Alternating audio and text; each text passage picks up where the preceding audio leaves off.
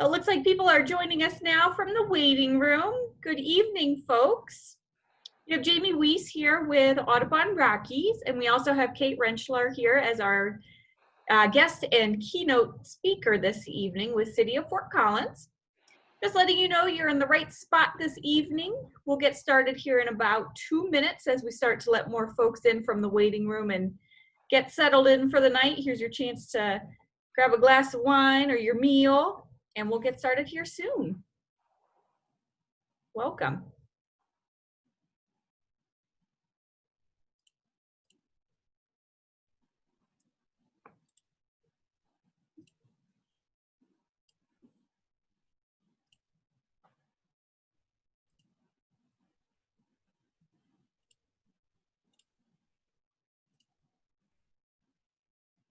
And Kate, you probably see the full screen of our agenda up there? Yep. Wonderful. Looks like a few more folks are joining us, but just want to say hello, everyone. Welcome to our weekly gardening Habitat Hero webinars. For those of you who are joining us for the first time, welcome. And it looks like I see quite a few familiar faces or names on the screen as well. We reached over 1,600 people with our May and June webinars, and then we kicked it back up again in August. And tonight joining us, we have Kate Rentschlar with the City of Fort Collins, who will be presenting on nature in the city.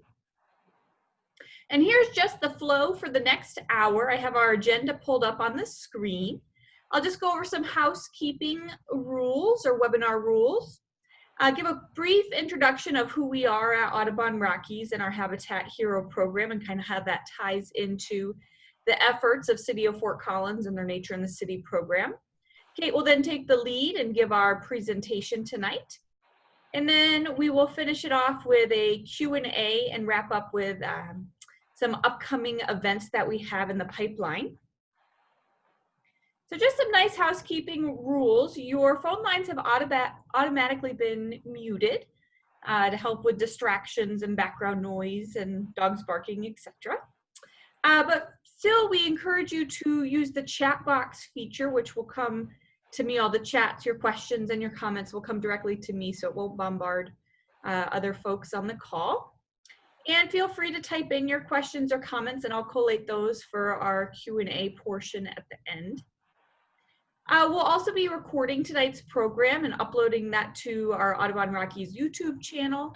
And I'll be sending out a recap email with any pertinent information or links or resources that we talk about in tonight's program. And we'll also include that recording so you can either go back and refer to it or pass it along to friends, family, colleagues, etc. Zoom bombing, we've had no issues at all with it, but I just like to bring it up if anyone breaks the security wall, comes on and has any obscene gestures or anything, we have protocols in place to be able to remove that individual. During that time, it takes about a minute or so to remove them. You can turn your camera off or mute your screen and join us soon after. But again, don't anticipate anything quite like that happening. We're not too rowdy of a bunch, right? So let's see, just a very quick intro on who we are in town. At Audubon Rockies. For those of you who don't know me, I'm Jamie Weiss. I'm the Habitat Hero Coordinator. Audubon Rockies, we have a regional office here actually in Fort Collins, but being a regional office, we cover all our programs in Colorado, Wyoming, and Utah. And this program is really looking at planting bird-friendly plants to help provide birds and pollinators with food and shelter and ideal habitat. The idea behind this core program of Audubon Rockies, we have 6 programs that cover in Colorado, Wyoming, and Utah. And this program really looks at focusing on engaging community members, businesses, nurseries, schools, municipalities, you name it, on actively restoring natural habitat for birds, pollinators, and other critters alike. And these individuals, we like to call them habitat heroes, are increasing our natural areas. They're providing food and homes for wildlife. And they're also creating these small habitat patches that connect to the overall landscape, helping to stitch back our fractured landscape one garden at a time. We empower engagement through a variety of platforms, mainly through our educational aspect. We held 74 events last year and reached over 3,000 people directly with our programming. We're still moving forward with our educational programs, just now virtual, or in a virtual format. And we're still going forward with our Habitat Hero certifications. I'll talk a little bit about that here in a moment. But this is a chance to get rewarded for your gardening efforts. Display that all-weather garden sign. Here you can see in the photograph the gold sign being displayed. Here's a nice example of a Habitat Hero garden. We also have a robust volunteer network. Our volunteers help spread the word on planting native plants at tabling events or going to nurseries. They help with our demonstration gardens, whether that be planting them or maintaining them, weeding or trash removal days. We have garden tours, so some of our volunteers want to be featured on garden tours as well. So lots of ways to get your hands dirty, and I'm sure Kate will mention some ways that you can volunteer with the City of Fort Collins as well. We also have a robust online resource library. I'll share that link with you all in a second. But it's a robust library to walk you through all the steps on designing and creating your Habitat Hero garden. Social media, we have a strong presence on Facebook, Twitter, and Instagram. And this is a way for you to learn about all our programs. Audubon Rockies, learn about upcoming events, news, blog articles, you name it. It's a great way to stay informed on all the work that we're doing. And here is that web address, as mentioned, rockies.audubon.org/habitathero. And we've organized this format in kind of 5 steps. The first step is learning about the benefits that native plants have to offer. We've compiled wonderful articles to get you acquainted on the importance of native plants. You can also use our native plant database, searchable by your zip code. So you can search for native plants that would work well in your area. You can also export those plants, some of your favorite ones, via an Excel spreadsheet and get that emailed to you as well and create your own wish list. We've also worked with Colorado State University on 8 pre-planned garden designs, so you can download those. We have those for residential, suburban settings, and also for montane environments as well. And we also have some garden in the boxes out there through Resource Central or High Country Gardens. That's kind of a one-stop shop where you get both your design and the plants in the box too. Then we walk you through the certification process. We want to reward you again for your efforts. So we have a little YouTube video up that walks you through the application. It's about a 10-minute online application through Google Forms. And we've now certified over 300 Habitat Heroes to date, and we look forward to certifying more. And then the last piece, the maximizing your impact. This is a great way to learn about other ways to engage in your community, get kids involved with community science, volunteer aspects, etc. But now for the star of the show. Tonight in our Habitat Hero weekly webinar, we have Kate joining us. Say hi, Kate. Hello. She's with the City of Fort Collins, and she'll provide an overview on their Nature in the City program. Nature in the City's vision is a connected open space network accessible to the entire community that provides a variety of experiences and functional habitat for people, plants, and wildlife. So you can see the connectedness between this and our Habitat Hero program.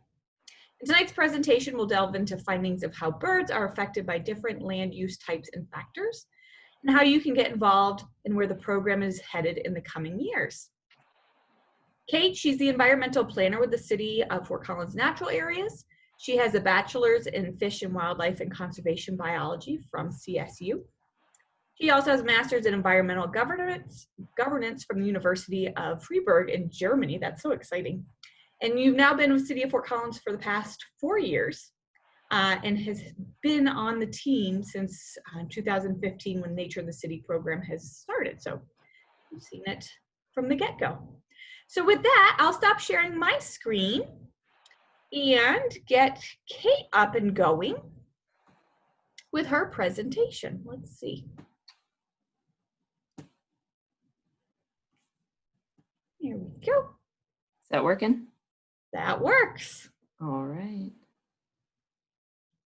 Let me just switch this. All right. Thank you, Jamie, for that wonderful introduction. and I'm very excited to be here and have the opportunity to share with all of you more about the Nature in the City program. So thank you for being here virtually and tuning in tonight. So before I get into what is Nature in the City and more of the presentation, I wanted to start first with this memory exercise. So I want you all to close your eyes and think back to when you were a kid and think about what were some of your earliest memories of connecting with nature, of spending time outside in nature. Where were you? What were you doing? Was anybody there with you? Were you close to your home?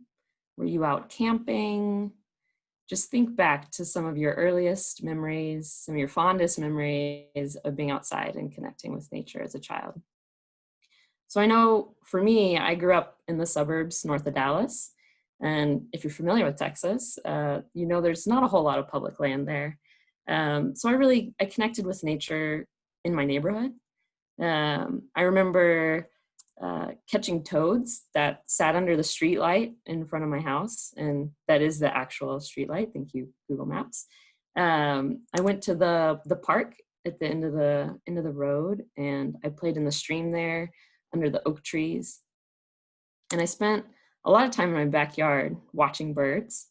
My mom would let part of the yard go wild and get covered in flowers, so it always brought in a lot of interesting things.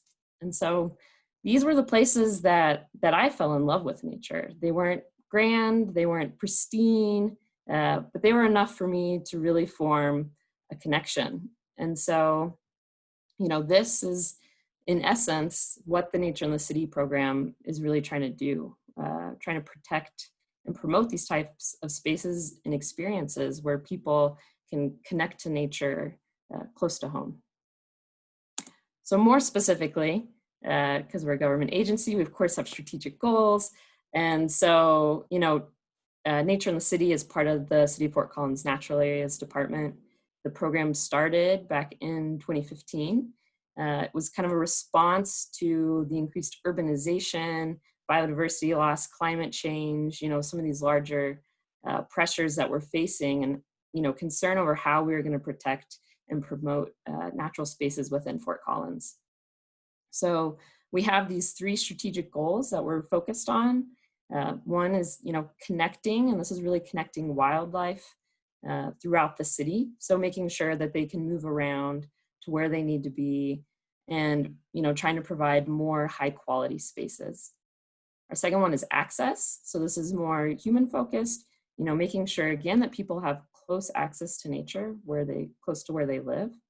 And then the third piece is stewardship. So this is things like, you know, the habitat heroes. This is, you know, getting people to care about nature and provide more diverse landscapes throughout the city. So that's kind of the core of what Nature in the City is. For today's presentation, I'm really gonna go into some research that we've done with CSU, specifically looking at, you know, how birds and butterflies are affected by land use types. And then I'll talk a bit about our different focus areas for our program, so how we actually get our work done.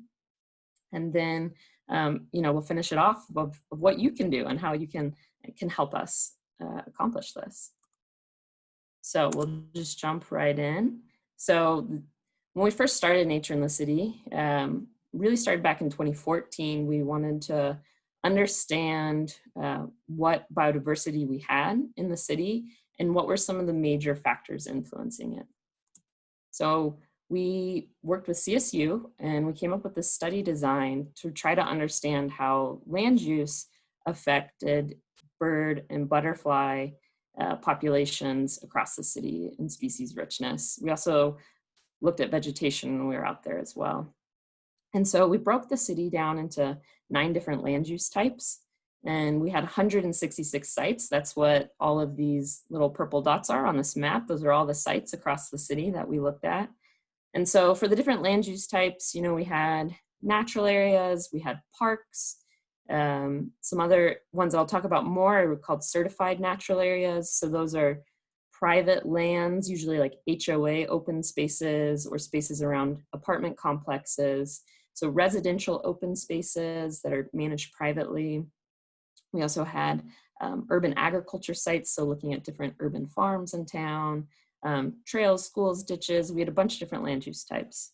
So we did this study and we found 33 different species of butterflies, and we found 88 different species of birds. And we wanted to go into that deeper. So again, looking at how land use type affects this. So you can see here, this is number of species is over here. And then these are our 9 different land use types. And so you can see here, natural areas, it's the NA, and certified natural areas. So again, that's that private, it's private land, like the residential open spaces, which is the ROS. It's private land that's naturalized their landscape and gone through a certification program with us. So those 2 land use types had the most bird species. Of course, we wanted to go into this to greater depth. There's different types of bird species out there. And so we broke this down further. And we wanted to look at urban sensitive species and grassland specialist species. And so again, you can see here number of species, percent of detection. So you can follow these lines. And even with looking at these more specialist species, we've still found that natural areas and certified natural areas provided more space for these sensitive species. So we did the same thing with butterflies. And here it's a little bit different. You can see natural areas are still hosting the most number of butterfly species. But then second here this is urban agriculture. So these are urban farms. So that was a really interesting finding. And, we thought about it, and there's a lot of different flowers, a lot of plant diversity there that's probably attracting them. But again, we wanted to go a step further with this because there's different types of butterfly species. And so we looked at native butterflies and migratory butterflies. And here it's really interesting because you can see if you're looking at these lines, if you follow them, again, natural areas really high. And then you come over here and again, it's the certified natural areas. So those are the same ones we were talking about before with birds, these privately owned spaces that are managed for wildlife. So, this was a really, high level findings, but our major takeaway from this was really that spaces that are managed for habitat and wildlife support more species, and specifically more urban sensitive species. And so, this was reaffirming, both for the Natural Areas Department and the work that we do conserving land in our community, but also it was reaffirming for the mission and the purpose of Nature in the City, because we found that these certified natural areas, these privately owned spaces, if you can get them managed for wildlife, support a lot more species. Because, if we go back and look at these graphs, certified natural areas, before they were certified natural areas, they were just this residential open space.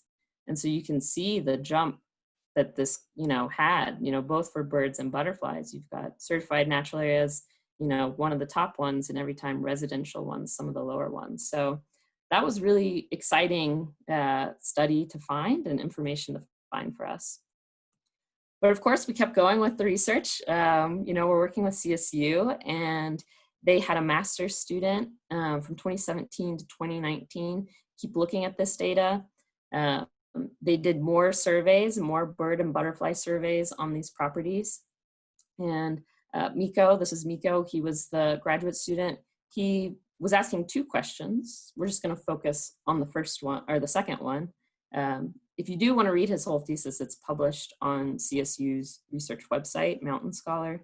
You can search for it there and find it and read it if you're interested.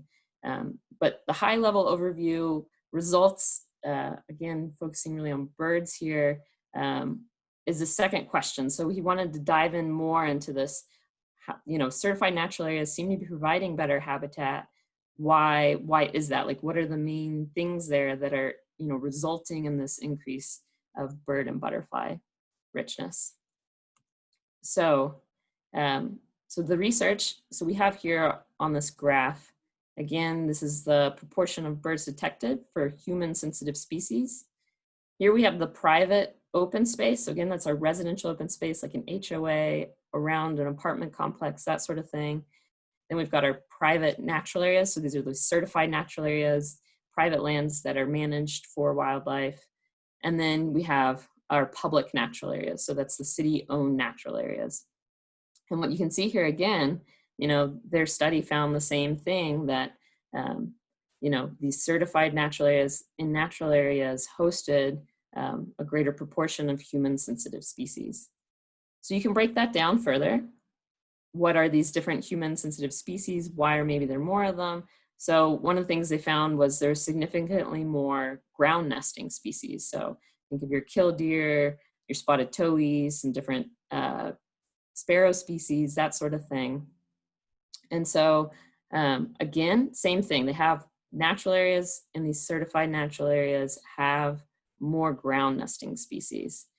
And so one of the reasons they thought this might be happening is that the certified natural area program greatly reduces the amount of mowing that's happening on these sites. So you can see here the proportion or the percentage of mowed vegetation on these private open spaces is close to 100%. So you can see this in the photo up here. They're just these giant mowed grass fields. Whereas the certified natural areas or natural areas have much less mowing, and they look more like this. So they are hypothesizing that mowing might be one of the reasons it's really hosting more ground nesting species. So they looked at some other factors as well. Here are the different factors on the left. If it's red, then it was a significant finding. You can see here is 0, so here's the axis. So if you look at this, you can see that for birds, they were negatively impacted by the percent mowed, like what we were just talking about. They were also negatively impacted by the amount of building cover surrounding the open space. They were positively impacted by the site area. And so they looked at these same factors for butterflies. I didn't include that graph, but the important thing for the butterflies is that they had a significant positive reaction to percent native cover. So from MECO, from CSU's study, kind of our major takeaways from this was that, these certified natural areas, once again, they're effective, and they're supporting more sensitive bird species, especially ground nesters, and that mowing and native cover seem to be important management factors. So once again, this was really, exciting, reaffirming news, again, supporting the Nature in the City program, and also, things like Habitat Heroes. This is a lot of the work that we're trying to do. So research is, great and fantastic. And, it helps inform the work that we're doing. But so what is actually the work that Nature in the City does? So we have 4 different focus areas, and they all happen to start with P's. And I promise that we didn't purposely pick all P words. It just perchance happened that way. So I'll go into kind of each of these 4 areas and kind of give you, an idea of what we do in these different areas, what our objectives are, some work we've done in the past, and some work we're planning to do in the future in each of these areas.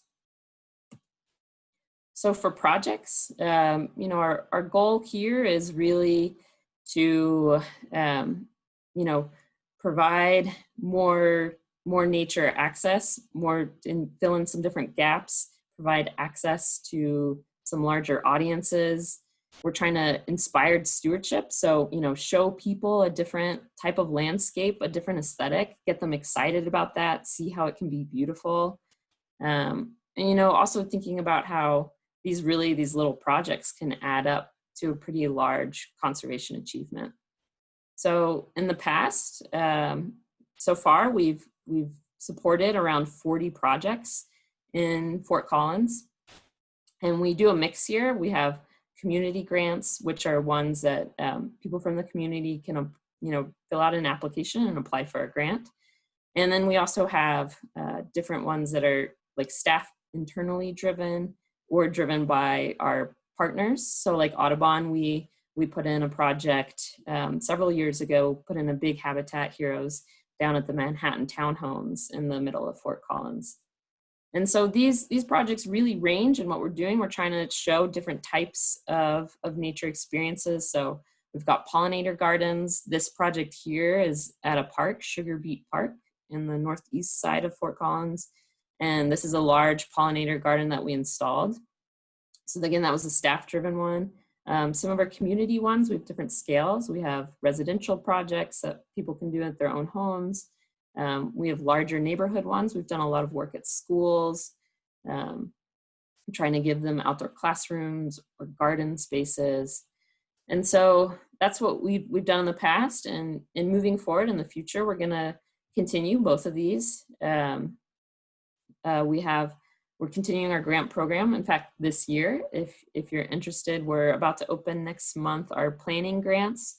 And so these are grants to help larger projects. So if you're trying to do a project in your community, whether it's your HOA, your church, your community garden, whatever that space is that you go hang out with your community, we provide grants and funding to help you plan that project. So basically, doing public outreach and hiring a landscape architect to get some designs in. So we're continuing with that, and we'll continue with the grants application. So if you're interested, I encourage you to check out our website and look for those. It's a great opportunity. And then, of course, then continuing with some of our internal ones, and these are going to be, maybe we'll partner with Audubon again, or, we'll look at doing different projects on natural areas or parks like this Sugar Beet Park in this photo. So those are some of the projects that we've done and we're planning to keep doing. So our second focus area is programmatic, and what we mean by this is really education and tools. So, with these, your goal with this is really we're trying to lower the barrier to the community members to take action. At their homes, trying to increase knowledge, increase awareness about what's going on. So in the past and currently, we have a community science program that I run, and that's actually continuing those bird and butterfly surveys that I talked about previously. And it's we're doing those now at some of our project sites, trying to understand how the projects that we're doing are hopefully influencing biodiversity. And so we have this great community science program. Again, if you're interested, I encourage you to check out our website, which is fcgov.com/natural areas, nature in the city. We also go to a lot of community events. So like we've gone to Birds Without Borders is one of our big ones that we've partnered with several other folks in the fall to do programming out there to spread the word. So really, so far, we've done a lot more education, and looking forward, we want to do more with tools. So providing, landscape designs, design guidelines, trying to give people more tools to implement these sort of projects with confidence. And we're also, looking to do more work with landscapers and nurseries around creating more tools. So our third focus area is around policy. So, we're Nature in the City really trying to focus on influencing policies that help support, connecting people to nature and increasing the resiliency of our community to meet these future challenges that I spoke about earlier, urbanization and biodiversity loss. So some things we've worked on already are night sky, trying to get the city of Fort Collins to put in a night sky ordinance or better lighting standards. Right now, we're sitting in on the Park and Recreation Master Plan, trying to kind of influence and get some of our parks to include more naturalized landscaping. And moving forward, we're really hoping to do some more work with the land use code. So that's during development and development review. And, we're hoping that maybe when new development comes in the city, that their projects have to include some sort of nature element or more native plantings, things like that. And then we're also, we want to, moving forward, work with code compliance. So this is really, again, trying to reduce these barriers for folks because, putting in these naturalized landscapes can sometimes put you in violation of different codes in terms of grass height and things like that. So really trying to work with our code compliance to make sure that folks who are very intentionally putting in these naturalized landscapes are not being penalized for it. So really working with a lot of policy to align a lot of different departments' work around this type of naturalized landscape. So our last one here are partnerships. And you could really say partnerships are like glue or the bones that help us get our work done. We're a small team of 3 people, and you know, we need partners to help get our work done. So we have both internal and external partners. And, you know, we're really focused on, you know, those partners helping us extend the nature and the city mission and reach a wider audience, a more diverse audience. And, you know, still again with that goal of creating better habitat and connecting more people to nature. So some past examples of partnerships we've had, again, CSU, all that research we've done with CSU, we're continuing to work with different folks at CSU. They're a fantastic partner. Again, we've partnered with Audubon. They've been great. We've worked internally, you know, with our parks planning to get, again, more nature in parks.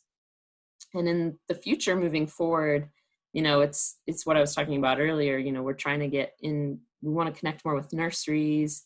You know, how do we make sure people can get and have access to native plants? So working more with nurseries or landscapers. We're also working more with our utilities department in the water conservation. They have a xeriscaping program where they offer rebates for folks who xeriscape their yards. So we're going to be partnering with them next year and providing more rebate, more funding to folks who use all native plants. So if you're in the city of Fort Collins and you're a Fort Collins Utilities user, customer, then, you know, really look for that next year. You can get up to $1,000 for re-landscaping your yard with native plants. And again, you know, again, code compliance, these sort of things. So partnerships are very important and help us get a lot of different work done. So kind of roughly that's you know, what Nature in the City does. That's a lot of the work that we're doing. But what can you do? And you can do a lot to help us and do a lot of work towards these goals.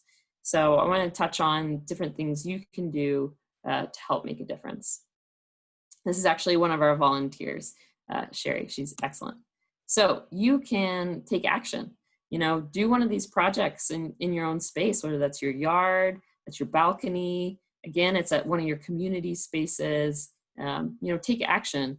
Plant a Habitat Hero garden. You know, this photo on the left, this is one of our residential programs. She went from this turf lawn and she planted over 300 plants in her front yard. So you can really, you know, take a lot of action, and those little actions add up to a big impact.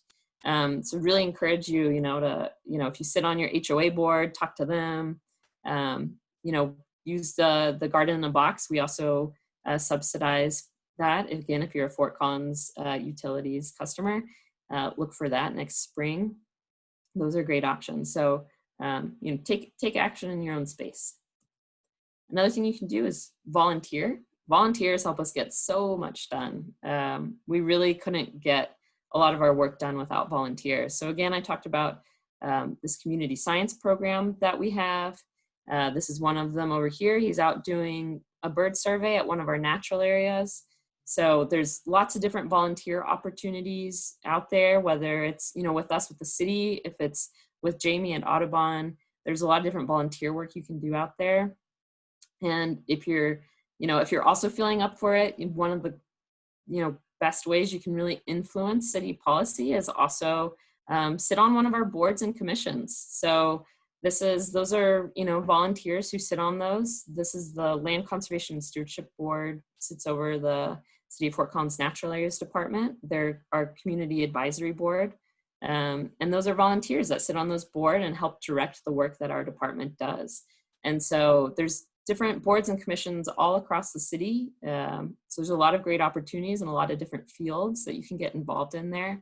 But I would, you know, encourage you to look into that. It's a great way to have a lot of influence. And then, the last thing, and I think, of course we're hearing it a lot this year, but vote local and buy local. The Natural Areas Department is funded by a citizen-initiated sales tax.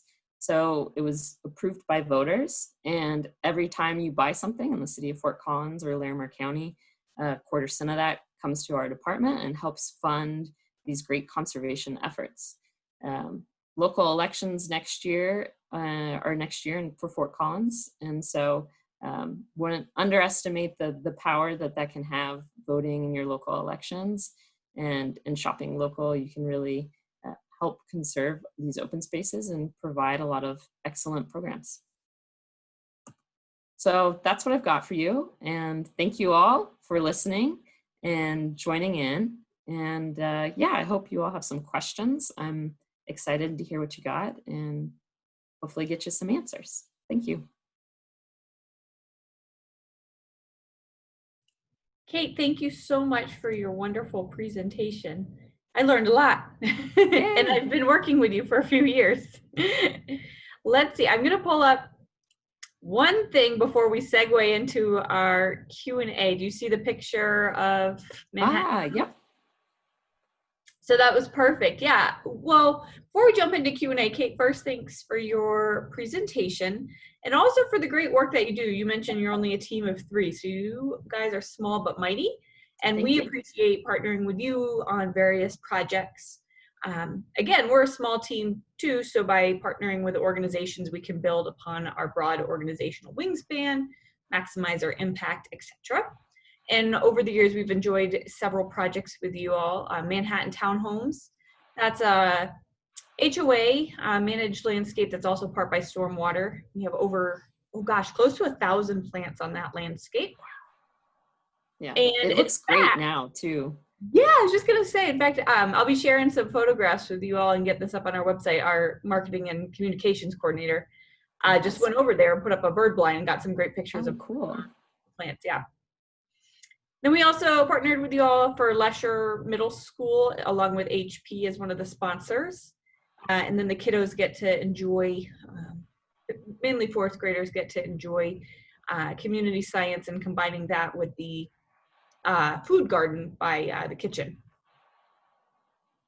And then also Old Town Square has been another fun project. That was more with the Parks Department, showing that you can also have a garden in a highly urbanized area. So thank you over the years for all your wonderful Yeah, we always love your work and your expertise and getting some help. So thank you. Wonderful. Well, with that, let me see from our chat, and we'll open it up for Q&A. Let's see, I'm gonna stop sharing my screen.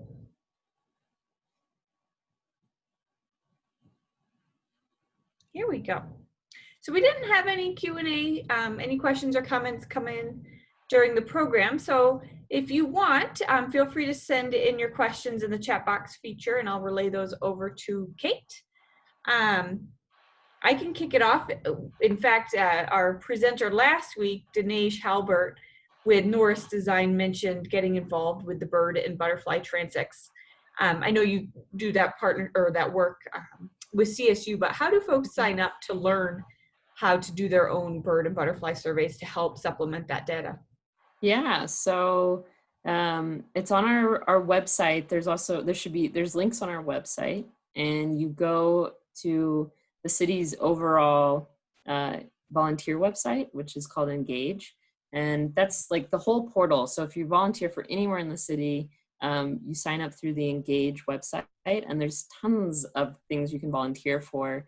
But there's a link through there, and you can mark that you're interested in nature in the city or community science monitoring. And so that's how we offer those. And then in the spring, in May, I usually hold a training for that for folks. So you don't need to know birds or butterflies. You can be a complete novice, and we'll train you on how to do that. You just need to know 10 indicator butterflies and 15 indicator bird species. And yeah, that's a huge help with that. It was great to have Dinesh out, and teach her how some birds and some bird calls. She's gotten a lot better on her bird calls over the summer. So yeah, we would love to have more people volunteer for that. That really helps us collect some really important information. And one thing I didn't mention with that is, we did that big survey in 2014, and then we had the master's student again, but we've been doing this community science project for 5 years, collecting data out there, and we use that data. So far, that helped CSU get enough data to create wildlife connectivity maps throughout the city to help us understand how wildlife's moving. So we really do use that data, and it's a fun way to get out and explore some of your urban green spaces around town. Wonderful. I'll make sure to include those links then in the recap email, the Engage platform, so you can see volunteer opportunities, and then also your web URL as well. Fantastic. All right, here's a question from Rose. What exactly is the Garden in the Box project about? They've just moved here to Fort Collins and want to create a natural garden in your backyard. Fantastic. Well, Jamie, you know what it is well, so if I leave something out, please jump in. But it's a company down in Denver called Resource Central that runs it. And you basically just order online a garden in a box, and it comes with a varying amount of plants, usually between, I think, 20 and 30, that cover about 300 square feet. And they've already picked out the plants for you. They're already mature, and they give you a landscape design. So, you don't have to go to the nursery and find different things. You don't have to think about how you're going to plant them in your yard. They kind of give you all that information up front to kind of take away that barrier, and provide you some great plants. And there's a lot of great ones on there that are all native plants, that are fantastic opportunities. So yeah, we provide some subsidizing for those boxes. I think they're around $120, and they offer those in the spring and the fall, actually. Yeah, if you're familiar with paint by numbers, it's basically plant by numbers. And what's nice about them is you can replicate the pattern. So we've done that before at an entrance to an HOA. We bought the same box, but multiplied it by 3 and expanded out the square footage. So you can mix and match and play with them too. And they have them designed for attracting pollinators. I think that one's called the Pollinator Paradise. They have the butterfly magnet. They have a low water one, so you can then filter out which garden design or category works best for your landscape. This question is from Will. What are some of your design features of a certified natural area, and what design criteria do you use? So for the certified natural area, we're kind of in the process right now of updating that program. So it's kind of in limbo at the moment. So we're not actively doing that certification. We're trying to encourage people now, if they want to do one of those, to really apply for one of our grants and go through that method.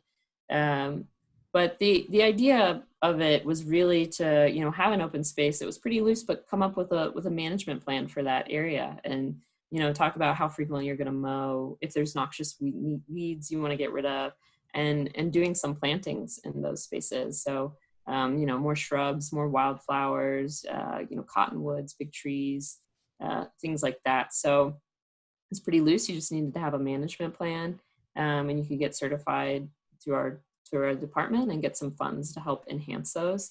Again, that program's not running right now, and we would encourage you to go through our grant process to get that done. But again, like the study that CSU did, not mowing makes a big difference. I've been around to a lot of these certified natural areas, and a lot of them are just large unmowed fields with some rabbit brush growing up in them and a couple trees, and that makes a big difference. So thanks. This question's from Barbara. Are the transect protocols or instructions available? Would that be on the Engage website? And could you replicate this project outside of Fort Collins? Yeah, we don't have, you could definitely replicate it outside of Fort Collins. We don't have that up on our website at the moment. If you're interested in those, please email me. I'm happy to send you our handbook that we have for that, which talks about the different transects and different survey methods that we're using there. There's also some really cool, especially around butterflies. There's the Colorado Butterfly Monitoring Network. I think the Butterfly Pavilion runs that, and they do some really great work, and they have transects all over the state. So that might be another great way if you want to, be collecting data somewhere outside of Fort Collins, and you really want that data to go into a larger network and a larger database. Yeah, I would really look into that. But yeah, again, email me or I can share it with Jamie and she can send it out. But yeah, I think it's definitely replicable, and it's really standard protocol that's used by most agencies doing these sort of surveys and data gathering. Wonderful. Yeah, I'll definitely include your email address or contact info in the recap email. And then you individual questions like that if you want to see the handbook, or someone mentioned the posting the link to the CSU research. If you want some of that background detail, feel free to reach out to Kate on that. Another question. What steps do you recommend to take to advocate that your city would hire an environmental planner? This is from someone who lives in Utah. And also, kind of to piggyback on that question, do you also work with other municipalities and trying to encourage them to do exactly what you're promoting too? Well, we're pretty lucky along the Front Range, and in Colorado in general. A lot of the municipalities and counties around here have open space programs, like our natural areas program that we have, and so we do work with those groups. There's big conferences every year where we all these open space programs, we in Colorado get together and talk about our different challenges and things that we're doing. We're not currently working directly with any different municipalities, although one of the environmental planners who used to work on nature in the city is now at Greeley. So I think they're doing some of this work. But yeah, I mean, in terms of getting your city to hire an environmental planner, again, it went back to this, the natural areas permit really was started through this citizen-initiated sales tax. And that was, the citizens drafted that, and it went to ballot, and it got voted on, and then there was enough funding to start the natural areas program. But, I think a lot of it, the region, there's a lot of commitment here in valuing open space. You can make different sort of arguments for it. I mean, the value of having nature in the city or open space in your community is great for recreation opportunities, for beautification, for community health and well-being, mental well-being. We also know that it increases economic values and property values. So I think there's a lot of different arguments you can make of why these sort of programs and positions and the municipal government advocating for these. So I don't know if I have any like specific steps you can take, but maybe trying to get a group of citizens together and going to council meetings or whatever kind of meetings your city government has, and advocating it for there is a great way. Yeah. Wonderful. Question on the grant funding. Does that all come from the sales tax, or is that private donations too, or where does all that grant funding come from? So the grant funding, there's a lot of different funding mechanisms in the city. It's not a sales tax, but it was also a tax that was improved. It's called the CCIP, the Community Capital Improvements Program. And so that was approved by voters in 2015. And so it's not a sales tax. I think it's just like I'm actually not entirely sure what exactly type of tax it is. It's a good question.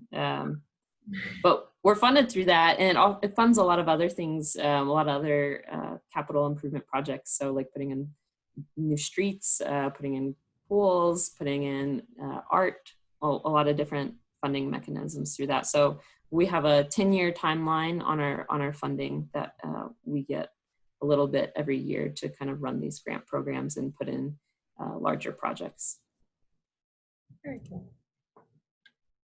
let's see. So many questions. They're really good. Excellent. Let's see.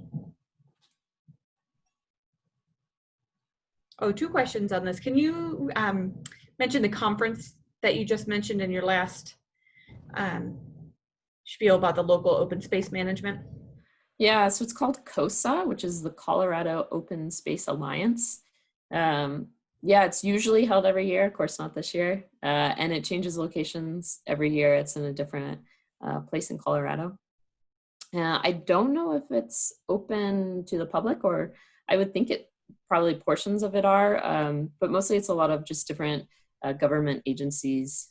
So a lot of the different city, municipality, county level. Sometimes people from the state are there, or GOCO, different organizations like that who work on open space in Colorado. But it's a great conference. Great opportunity to share a lot of the work that we're doing, and kind of align all of our efforts and share challenges and success stories. Nice. I also have joined with them. You can, anyone in the public's able to join their listserv. And anytime they have either a job announcement or an upcoming event or work that's being done, volunteer opportunities, you can post it there. You do get a lot of email traffic from that because there's so many different people that are tapped into the listserv, but it is a nice way to stay up to date on those happenings for sure. Here's another question. Is there a map of nature in the city with those certified spaces or those gardens or the projects that you have done over the years, kind of an interactive map? So it's actually something we're working on right now and hoping to get up in the next month or two. Yeah, because we do have 40 projects at this point. So there are a lot of different spaces in the city, different types of projects. So that's definitely something we're hoping to get up in the next month or two. And hopefully with that, some sort of self-guided tour where you can go around and look at different types of projects and get inspired and see all the different great work that's going on in the city. So great question, very timely. We're working on it. I'm excited for that. Wow, 40 projects over the last few years. That's awesome. I think we'll try to model off of your excellent interactive map, Jamie. Oh gosh, that needs improvement now too. Though that's the hardest part. You do all these great projects and then it's hard to go back and capture all the pictures over the years. Things evolve and change, and notify the public where these places are. Mm-hmm. Yeah. Here's another question from Will. When you're talking to people about your work and they say they like turf grass, what do you say to inform them and to try and change their minds? I like that question. Oh, that's kind of hard. I think they're first off, recognizing that people have different preferences, different aesthetic preferences, and there is, a time and a place for turf grass, maybe in a soccer field or at a park where people really want to lay down in the grass. So there are times and place for it. But, I think, talking about, it kind of depends on what motivates that person, right? So if they care a lot about wildlife, you can talk about the different wildlife uses of, naturalizing your landscape, putting in different, more diverse plants. Economically, it's really expensive to keep up turf grass, so you can save a lot of money by switching to a sort of xeriscape or native landscape. Chemically, you have to usually put a lot of chemicals and fertilizer down on turf grass. So, you're helping reduce pollution and in the environment. So that's, another big benefit. So I think it kind of depends on what you think might motivate that person. But I think, always trying to come from a place of understanding and, not trying to knock their thing, but kind of give them some examples and some space to learn about something new and something different. Maybe, one of the things we've seen a lot is that when one person in their neighborhood puts in one of these projects, it really spreads. So, leading by example is a great way, and being able to show off these kind of spaces and landscapes seems to also work really well. That's great. Another thing to tack on to that when we do our design exercises Kate, you mentioned this. Kate, you mentioned this already, that turf has its own time and place, and you can easily see how you walk around your landscape, and you certainly have a traffic flow or a pattern to walk around your landscape, getting to and from your backyard, off the patio, from the back fence, etc. But you'll also notice there's a lot of spaces that you don't need or you don't use, and focus maybe on those areas to replace the turf with your native plantings. And not saying that you have to convert 100% of your lawn to a native plant garden. You can certainly have turf for your time and place, for kids to kick a ball, the dogs to use the restroom. So you don't have to completely eliminate it. And there's certainly areas that are really tough to mow, that might be easier to convert over to those native plantings as well. Those are some ways to maybe to get through to folks. But yeah, those are great questions. Let's see, I'm just gonna pull up one more thing on the screen.